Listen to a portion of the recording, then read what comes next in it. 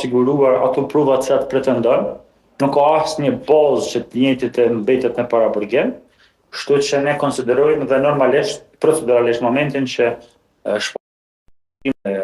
shfaqësues atyre I akt akuzës së parë.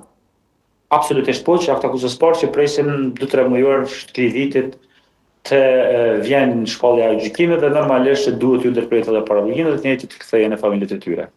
Sa i përket akt akuzës së parë, zotri Shëfqeti, edhe sa ditë i ka mbetur gjykatës për të nxjerrë një verdikt sa i përket akt akuzës së parë, pra?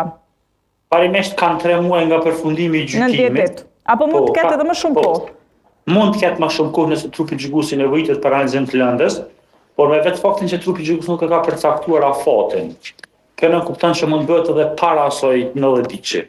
Dhe ne për cile gjykime kemi për shembull trupin gjykues kur bën pyetje e që për vinin tonë e reflektojnë një lloj orientimi të epilogut shfaqësues, ne kupton që trupi gjykues ka analizuar dosjen dhe nuk i nevojitet as shumë kohë për analizë, ndoshta as 3 muaj ishin jo.